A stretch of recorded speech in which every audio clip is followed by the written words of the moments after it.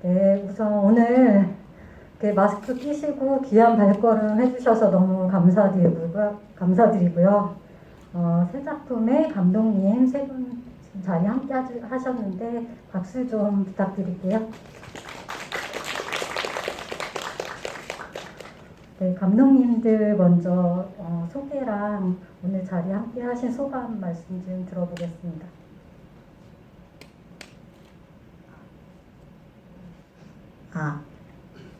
네, 안녕하세요. 저는 그녀의 속도를 연출한 한여울입니다. 우선 이렇게 안 좋은 시기에도 무거운 발걸음 해주신 관객 여러분께 감사의 인사 드리고 싶고, 저는 이 상영관에 오늘 처음 왔는데 굉장히 또 영화 만든 지 좀 2년이 좀 지난 상태라서 오랜만에 영화도 보고 굉장히 재밌게 관람을 하고 있었습니다. 감사합니다. 감독님들 인사하시는 동안 질문 있으시면 오픈 채팅방에 지금 바로 올려주시면 됩니다. 네, 안녕하세요. 주의의계를 만드는 오연도라고 합니다.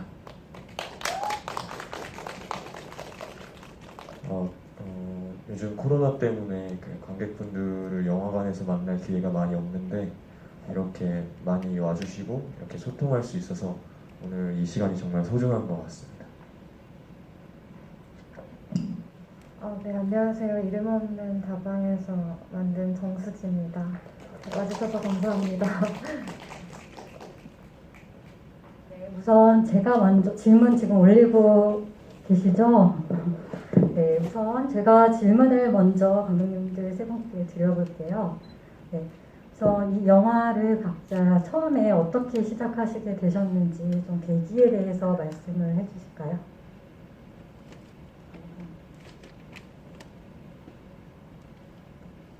네, 처음에 기획하게 된 계기는 이제 제가 영화 기획 단계에서 이제 칼럼을 찾아보다가 어떤 속도에 관한 그런 칼럼을 본 적이 있었어요.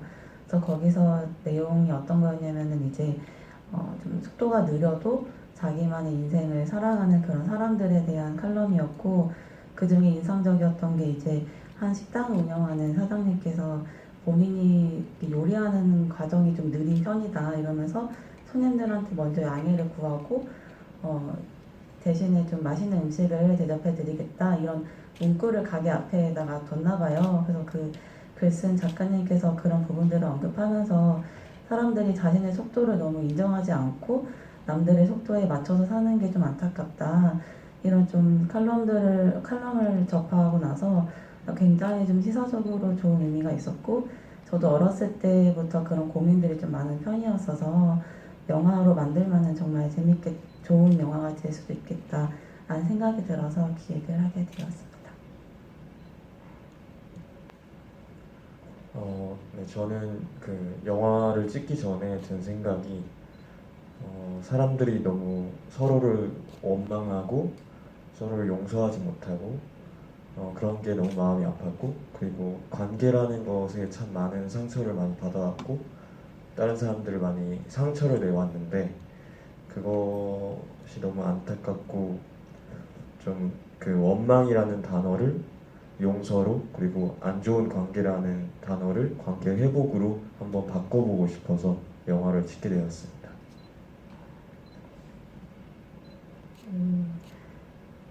저는 멜로 영화를 찍고 싶었는데 그게 지금 이 시대에 하면은 좀 진행이 안 될 것 같고, 제가 핸드폰이 없는 시기 그리고 그냥 투지폰을 쓰던 시기를 살았던 사람으로서 더 예전의 시대의 어떤 부모님 세대의 연애 그런 그때 그 관계가 궁금했고, 그리고 그냥 막연하게 다방이라는 공간이 영화 안에 나오면 좋겠다고 생각했었어요. 그래서 그런 여러 가지 하고 싶은 어떤 것들을 다 담은 그런 영화를 만들고 싶어서 만들게 됐습니다.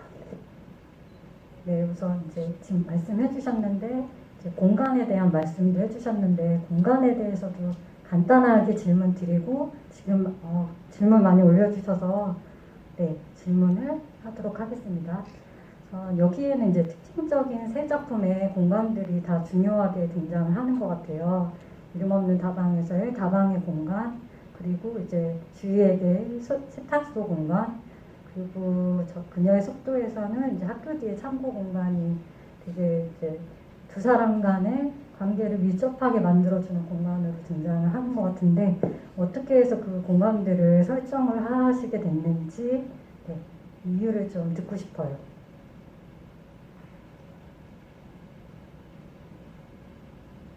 일단 로케이션 같은 경우는 제가 제 신경 쓴 부분이 말씀하신 것처럼 창고 부분이었고, 창고 같은 경우에는 원래는 실제 학교 안에 있는 창고를 먼저 생각을 했었어요. 근데 막상 가보니까 제가 원하는 그 아지트 느낌의 창고는 별로 없었고, 그래서 공간을 따로 대여를 해서 이제 미술로 꾸며야겠다는 생각을 했었고, 가장 중요하게 생각했던 거는 이제 선생님의 어떤 자기만의 아지트적인 공간이니까 거기 안에 좀 비밀스러운 느낌, 신비스러운 느낌을 많이 주고 싶었어요. 그래서 이제 창고 안에 입구에서 들어갔을 때는 학교 느낌이었다가 그 안에 또 작은 방이 생기면은 그 안에는 또 어떤 한 사람의 또 삶이 좀 묻어나오는 그런 아지트적인 느낌이었으면 좋겠다는 생각을 했고, 또 그런 공간을 찾기 위해서 좀 굉장히 좀 신경을 많이 썼던 그런 기억이 많이 납니다.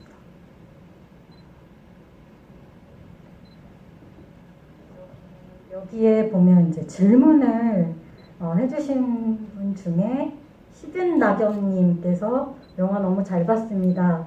새 작품의 로케이션 헌팅 과정이 궁금합니다라는 질문이 있어서 같이 공간을 설정하신 이유랑 그다음에 로케이션 과정은 어떠셨는지 함께 지금 이제 어느 정도 말씀을 해주신 것 같은데 좀 로케이션 좀 더 덧붙여서 말씀해 주실 거 있으실까요?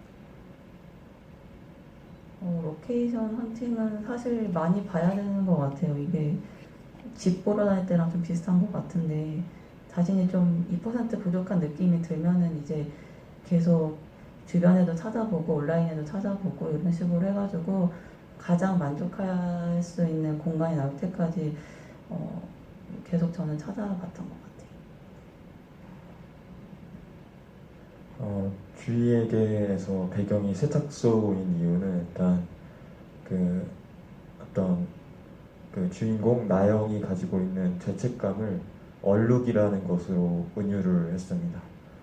네, 그 얼룩을 세탁을 통해 점차 지워나가면서 두 사람의 관계가 회복되고 서로 연대하고 서로 어떤 애정을 느끼게 되는 그런 은유를 하고 싶었고, 그리고 세탁소라는 공간은 수많은 사람들의 옷이 들어왔다가 깨끗이 세탁이 되고 나가고 하는 공간인데, 이 영화로서 제가 바라듯이 그 수많은 옷들, 그러니까 수많은 관객들이 이 영화를 보고 옷들이 세탁해서 세탁이 되어져서 부정적인 게 씻어 내려가듯이 관객분들도 뭔가 부정적인 원망의 마음들, 그런 마음들이 씻겨 나가길 바라는 마음에서 세탁소로 설정을 했습니다. 그리고 이 영화의 배경인 제일 세탁소는 월곡에 있는 곳인데, 저희가 로케이션 헌팅을 떠나자마자 처음 도착한 곳이었어요. 근데 그 사장님, 사모님 두 분이서 운영하는데 그냥 흔쾌히 어떠한 페이도 받지 않고 허락을 해주셨고, 그런데 엄청 엄청 친절하게 많이 이렇게 도와주시고 하셨는데, 저희가 너무 감사해서 영화를 찍고 나서 1년 후에 찾아뵈었는데 폐업을 하셨더라고요.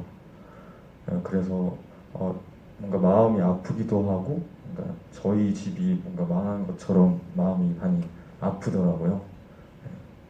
근데 다행히도 이게 망해서 폐업하신 게 아니라 이제 더 이상 힘이 없으셔서 많이 나이 때문에 그래서 서로 좋게 인사하고 이렇게 추억을 남겼습니다. 일단 다방이라는 공간을 가본, 아까 그 시대의 다방에 가본 적은 없지만 그래도 지금의 카페가 사람들이 모이고 대화가 시작되고 어떤 관계가와 사람들이 있는 공간이라고 생각했고 그때 그 시기의 다방이 부모님한테 물어보니 그런 공간이었다고 했고 또 전화를 받고 사물을 보는 어떤 공간이기도 했고 그래서 그냥 그 다방이라는 공간을 영화에 넣고 싶었던 것 같아요. 막연하게 오히려 영화를 이제 준비하면서 뭐 다방의 역사 뭐 이런 책을 읽으면서 그런 공간인 걸 알았고 그 내용을 바탕으로 시나리오를 쓸 때 좀 도움을 받았던 것 같고요. 그 로케이션 헌팅은 거의 서울에 있는 모든 다방을 다 가봤었던 것 같고 거의 마지막에 한 촬영 한 달 반 앞두고 정말 여기다 싶은 곳이 그 용산역 뒤쪽에 있어서 네, 거기로 정했었던 것 같아요. 네, 참 헌팅하기 힘든 장소들인데 어떻게 잘 섭외하셔서 그게 이제 영화 속에 굉장히 잘 묻어나고 분위기를 형성해 주었던 것 같아요. 네, 저 질문을 드리겠습니다. JD님이신가요? 주희에게 오연도 감독님께 질문 드립니다. 영화 잘 봤습니다. 마지막 부분에서 주희의 옷에 있는 시로라기가 의미하는 것이 무엇인가요? 네, 저도 좀 궁금했던 부분인데 말씀 부탁드릴게요.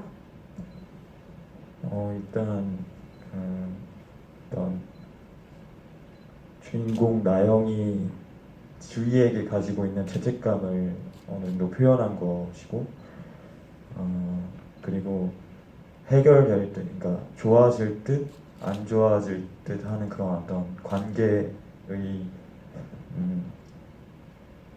그런 어려움이라고 해야 될까요? 네, 그런 걸 은유하는 것이고 그리고 그 시로라기 장면을 넣은 이유는 이 영화의 전체를 어떤 함축하는 중요한 장면인 것 같아서 넣었고 그리고 이 시로라기를 떼어내려는 그 시도 자체가 어떤 서로의 관계가 얼마나 가까워졌는지 그리고 나영이 주희를 얼마나 무의식적이든 의식적이든 뭔가 좀 더 애틋하게 바라보고 있다는 것을 좀 표현하고 싶어서 넣었습니다. 네, 그러면 다음 질문 또 이어가 볼게요. 네, 오렌지님, 세 영화 모두 잘 봤습니다. 한여울 감독님과 정수지 감독님께 질문 드립니다. 왜 영화를 만들 때 윤동주의 시와 백석의 시였는지 어떤 계기로 시와 만나셨는지 궁금합니다. 질문해 주셨는데요. 네, 정수지 감독님 먼저. 일단 되게 유명한 시인데 그때 그걸 공부할 때는 그게 무슨 의미인지 잘 몰랐었던 것 같아요. 그래서 시인이라는 이제 직업을 가진 설이라는 캐릭터를 쓰면서 시를 아무튼 매개체로 사용하고 싶었는데 그게 좀 사랑 이야기였으면 좋겠고 또 조금은 유명한 시였으면 좋겠다고 생각했었고 그냥 딱 바로 그 시였어요. 처음부터. 그래서 네, 그렇게 골랐던 것 같습니다. 네, 그리고 그 시를 그냥 이렇게 인서트 같은 걸로 보여주기만 할 생각이었는데 처음에는 쓰는 과정에서 이제 두 인물이 조금 시를 주고받았으면 좋겠다고 생각할 때도 되게 적합한 시였던 것 같아요. 저는 윤동주 씨는 일단 제가 초등학생 때 실제로 타자 대회에 나갔었는데 그때 별에는 밤 시를 개인적으로 좋아했어요. 그래서 아예 생각도 안 하고 무조건 윤동주 씨를 해야겠다라는 생각 들었고 두 번째는 이제 윤동주 씨 별에는 밤에서 보면은 이제 마지막에 엄마를 그리워하는 그 엄마가 북간도에 계시다라는 그런 내용이 있잖아요. 그때 그 부분에서 주인공 우주가 항상 집에 엄마가 부재하고 이제 좀 칭찬받고 싶고 그런 마음들이 누군가를 좀 엄마를 좀 그리워하거나 갈망하는 마음이 있는 아이가 아닐까. 그래서 이제 그 시를 볼 때도 100% 이해는 못하지만 어느 정도 좀 공감을 할 수도 있다는 생각이 들었어요. 그래서 그 시를 읽었을 때 감정이 굉장히 좀 잘 나올 것 같다는 생각이 들어서 윤동주 시를 골랐습니다. 네, 별에는 밤을 하고 그냥 외운 채로 그 다 입력을 한 다음에 그리움을 느꼈다고 했을 때 이제 그 어머니에 대한 부분까지 저는 이제 저도 잘 캐치를 못했는데 이렇게 말씀을 듣고 보니까 그 부분들이 더 이해가 많이 잘 되는 것 같아요. 그리고 백석 시인님의 나와 나타샤와 흰 당나귀에 대한 딱 그 시였다라고 말씀을 해주셨고, 네, 말씀 잘 들었고요. 다음 질문 또 이어나가 볼게요. 네. 양님이시네요. 세 편 너무 잘 봤어요. 이름 없는 다방에서 정수지 감독님께 질문 드립니다. 연출과 주연까지 함께 하셨는데 이 작품을 통해 보여주고 싶었던 부분이 연출적으로도 배우로서도 함께 욕심이 있었을 것 같아요. 이 작품을 통해 이루고자 한 목표가 있으셨을지 궁금합니다. 방금 봤는데도 또 보고 싶은 영화였어라고 네, 하트까지 하셨습니다. 네. 목표는 그냥 단편 영화를 찍는 거였고요. 그러니까 이번 작품이 전에 연출과 감독을 겸했던 작품 네, 두 번째. 네, 맞아요. 두 번째긴 작품이셨죠? 한데 그 첫 번째 작품은 되게 학교 실습처럼 하루 만에 이렇게 몇 명, 5명 정도에서 찍었던 영화였고 그냥 막연히 내가 뭔가 연출 공부를 하긴 하지만 제대로 뭔가를 해본 적이 없다는 어떤 그런 게 있었고 주변 제 친한 동기들은 영화를 뭔가 찍는 것을 보면서 저도 찍고 싶다는 생각을 했었어요. 그래서 사실 이 영화는 되게 입학할 무렵부터 찍고 싶었던 영화였었고 그래서 좀 오랫동안 생각을 한 영화이기도 했고 제가 주연을 하고 싶다는 생각은 별로 해보진 않았었는데 그래도 연기를 하고 있는 사람이니까 할 수 있겠다고 생각을 해서 두 개 다 할 생각으로 했던 것 같고요. 그냥 목표는 그냥 이렇게 지금 없는 상황과 지금 없는 시대를 영화 안에 담고 싶었던 것 같아요. 그게 목표였습니다. 네. 네, 물음표님도 같은 비슷한 맥락의 질문을 해주셨어요. 정수지 감독님 영화 잘 봤습니다. 연출 겸 배우로 기획하게 된 출발점이 어떤 것이었는지 지금 이제 대답해 주시는 말씀 속에 있었고 연출과 배우를 같이 하면 재미있으신지 재밌으신가요? 재밌고 힘듭니다. 어느 쪽으로 더 기울진 않니? 저는 연기를 먼저 시작했고 하고 있으니까 처음에 현장에서는 감독님이 연기를 하시고 그걸 이제 녹화된 것을 보신 다음에 모니터링 하시면서 연출에 대해서 확인을 하시나요? 모니터는 거의 못했고요. 거의 모든 배우가 거의 못했던 것 같아요. 네, 저는 당연히 못했고 왜냐면 그걸 확인하느라 시간을 쓰면 안 되니까. 네, 혹시 하루 촬영이셨나요? 네? 하루 촬영이셨나요? 이 영화요? 네. 아니요, 이 영화는 4회차였어요. 네, 어떻게 4회 동안 장소를 대여를 네, 하셨네요. 맞아요. 네. 와. 한번 가보십시오. 거기 되게 좋아요. 네. 그 다방. 네. 네, 그리고 다음 질문 이어갈게요. 케이크님이 주희에게 임예은 배우 부르는 큰 옷을 입는 이유는 경제적 이유일까요? 혹시 감독님 옷이신지도 궁금합니다라고 하셨는데, 네. 네, 사실 주희에게 시나리오를 엄청 급하게 써가지고 큰 옷을 입는 어떤 심도 깊은 이유는 없고요.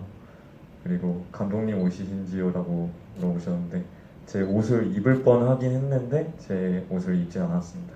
그리고 지금 생각해 보니까 주희가 임예은 배우 나영이 큰 옷을 입는 이유가 제가 좀 크게 입긴 하거든요. 그러니까 저라는 사람이 좀 투영된 것 같습니다.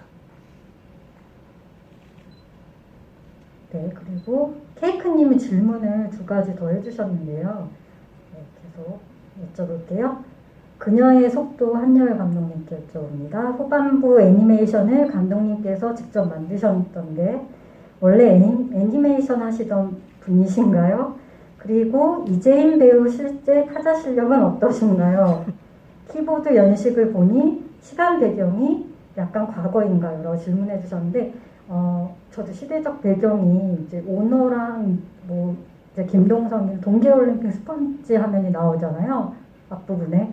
네, 그 궁금했어요. 시대적 배경이 언제인가. 이제 그 부분을 그리고 그 TV 화면에 넣은 것도 왜 그렇게 설정하셨는지 같이 말씀을 해주시고 정수지 배우님께도 시대적 배경에 대해서 한번 설명을 1986년으로 했는데 예, 말씀 부탁드릴게요.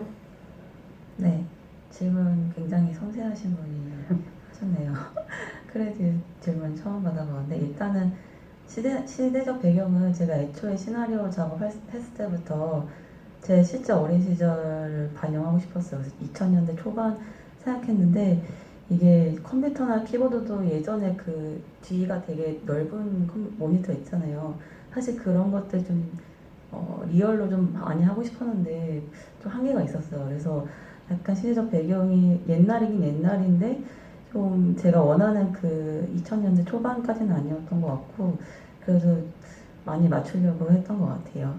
그리고 그 스펀지 영상은 제가 되게 고심해서 많이 넣었는데 영화제 갈 때마다 아무도 질문을 안 해주시더라고요. 초반에 너무 나와가지고 그런지 그거는 제가 이제 사실 기획할 때 그 영상 보고 이걸 꼭 넣어야겠다고 싶은 게 거기서 시사하는 바가 이제 쇼트트랙 선수인데 맨날 꼴찌를 하는 선수 뭐 아일랜드 선수인가 뭐 그랬어요. 브래들리 뭐라는 선수 인터넷 치시면 자세히 나오더라고요. 네. 네 맞아요. 아시는 영화를 보고 찾아봤어요.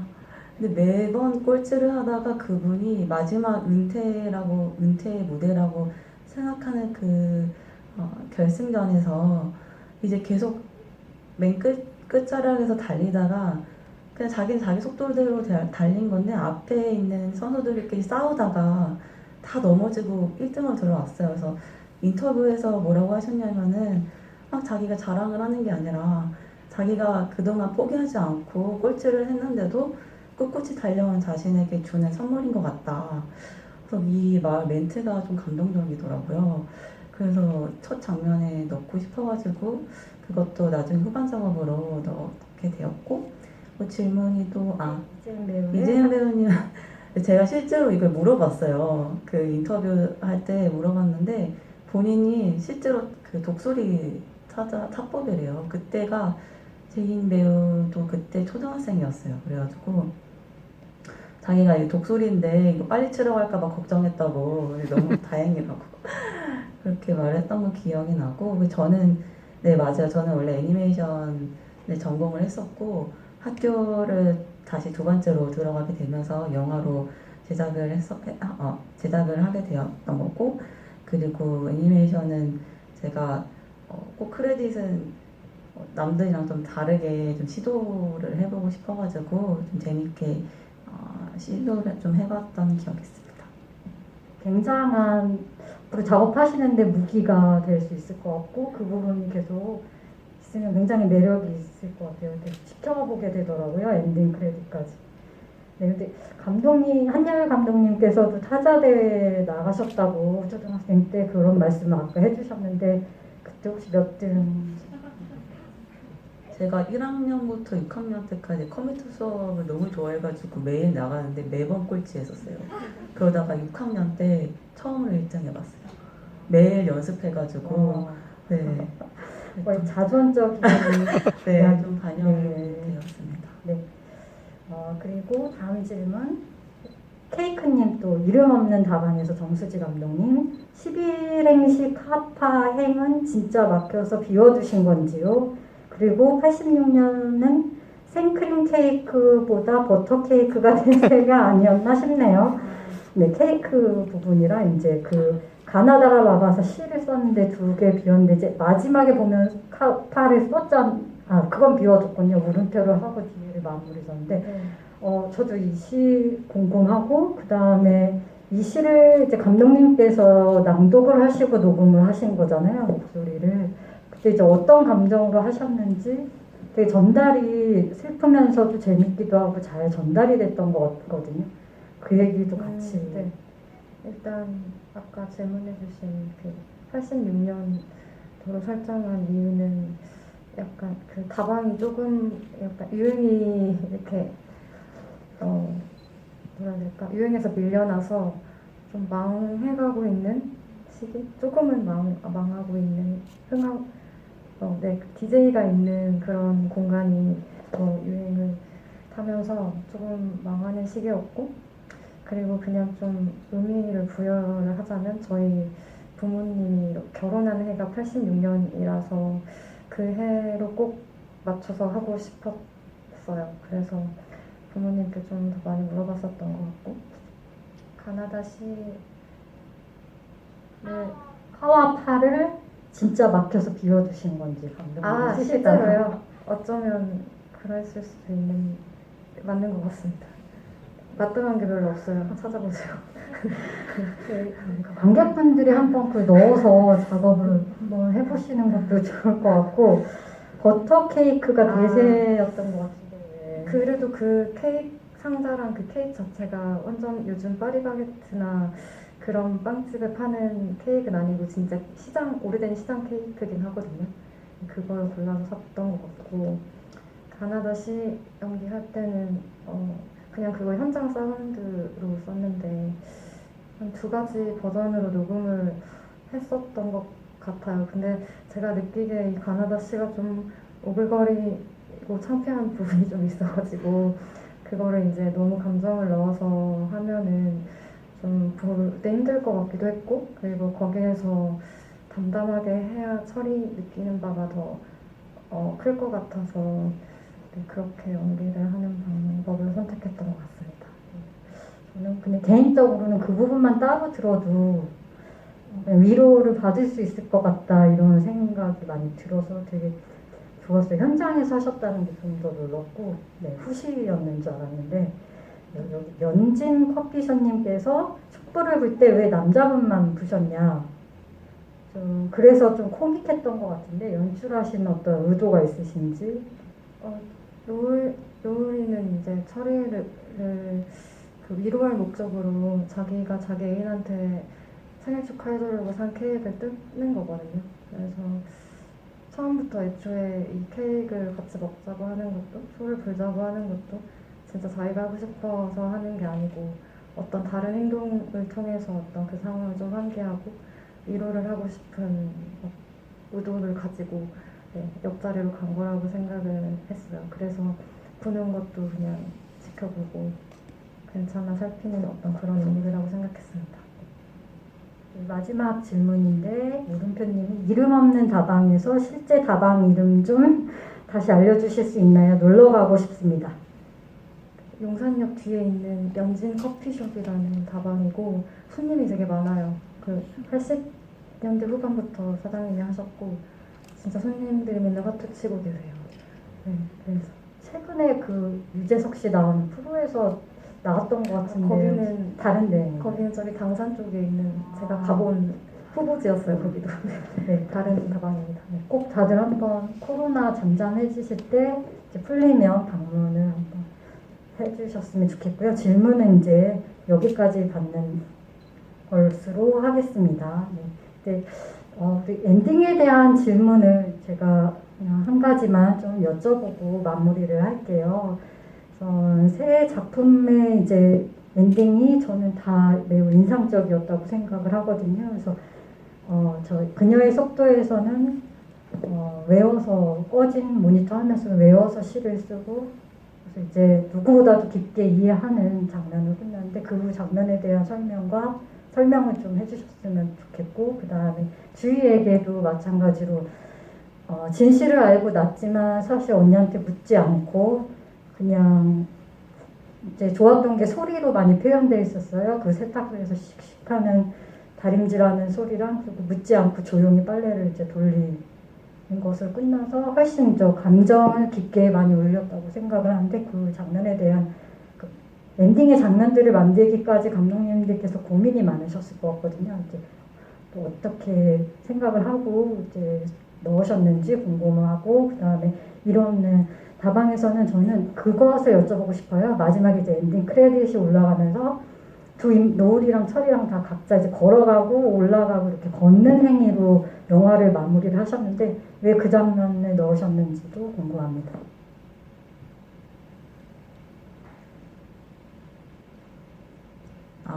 엔딩 같은 경우에는 사실 제가 처음 시나리오에서는 1등을 하고 끝나는, 원래 처음에는 그랬어요. 그래서 근데 이제 하고 이런 얘기를 스태프들한테 하니까 반응이 별로 안 좋은 거예요. 그래서 그냥 장난 삼아서 그럼 컴퓨터 다 꺼지면 어때? 이러니까 그게 더 낫다고, 그 아이의 선택이 남달랐으면 좋겠다, 이런 의견이 좀 있었어요.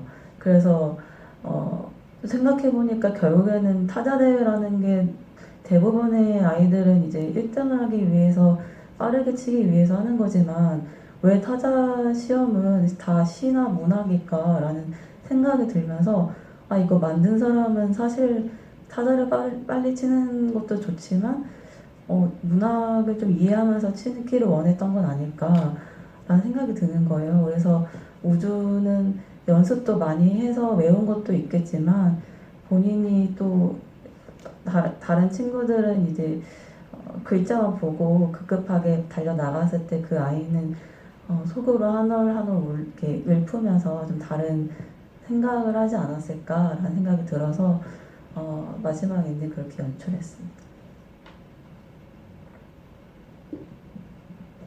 일단 그 마지막에 주희가 나영을 바라보고 눈물을 흘리면서 어떤 복잡 미묘한 표정을 짓는 그 장면을 먼저 상상하고 시나리오를 쓰게 되었습니다. 이 영화의 시작이 사실은 그 결말이었고요.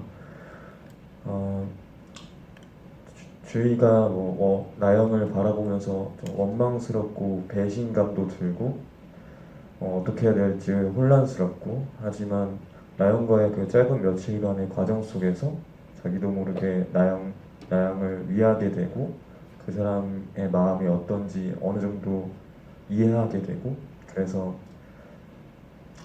어쩔 수 없이 나영에게 따지는 게 아니라 그 사람의 잘못을 좀 이해하려는 시도, 그리고 사실 그게 이성적인 판단이 아니라 사람의 감정이라는 게 생각이 아니라 그냥 감정으로 인해서 자기도 모르게 행동하게 되잖아요.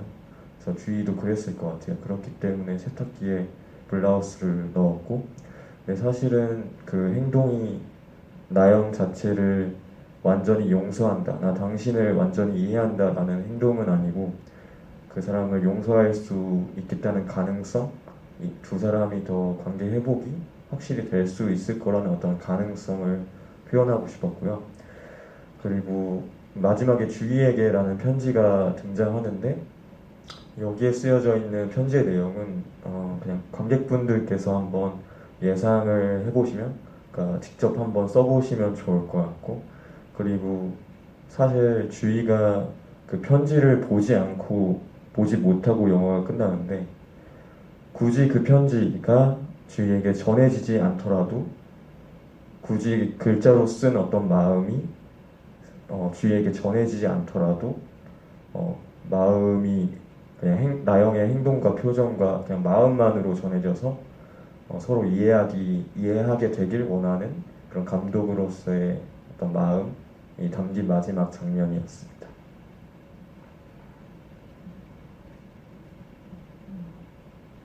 엔딩에서 마지막에 걸어가고 끝나는 거는 그냥 이 영화의 어떤 기획 말고 그냥 메시지 자체로 생각했을 때 큰 목표가 그냥 그 두 가지가 있었는데, 이제 힘든 사람이 힘든 사람을 알아본다, 뭐 이런 것과 그 둘이 만나 이제 좀 더 나은 상태가 돼서 돌아간다, 뭐 이런 거였었던 것 같아요. 근데 그게 이제 영화를 보고 이제 집에 돌아가거나 어떤 사람을 일상에서 만나서 돌아갈 때 제가 늘 느꼈으면 하는 어떤 기분이거든요. 근데 영화 안에서 두 인물이 그랬으면 좋겠다고 생각을 해서 그냥 각자 돌아가는 어떤 걸 넣었고, 근데 그게 이제 또 한편으로는 다방을 가는 걸로 보여도 괜찮다고 생각했어요. 그리고 그냥 저 혼자만의 어떤 의도인데, 이제 이게 그냥 그 남자 시인 인물의 그냥 환상일 수도 있다고 생각했거든요. 그 상대 여자가 어쩌면 철이 예전 기다리는 여자친구일 수도 있다고 생각하고 만든 부분도 있었습니다. 저의 개인적인 의도로. 네. 네. 세 분의 감독님의 말씀 잘 들었고 저는 정말 오랜만에 되게 좋은 굉장히 좋은 세 편의 단편 영화를 봤다는 기분이 들었어요. 타인과 진짜로 정말 제대로 교감하고 소통하는 요즘 시대에 정말 굉장히 어려운데 그런 낯선 타인과 굉장히 제대로 소통하고 그게 굉장히 자연스럽게 새 작품은 다가가고 있다고 생각이 들어서 새 작품 정말 모두 너무 좋았고 저에게도 너무 볼 수 있다는 거에 감사한 시간들이었는데요. 네, 마지막으로 감독님들 혹시 하시고 싶으신 말씀 있으시면 인사하고 마무리하도록 할게요. 네, 오늘 정말 기대 많이 안 했거든요. 근데 정말 좀 진심으로 정말 감사드리고 또 오랜만에 이렇게 좋은 상영관에서 또 관객분들과 소통할 수 있어서 영광이었습니다. 감사합니다.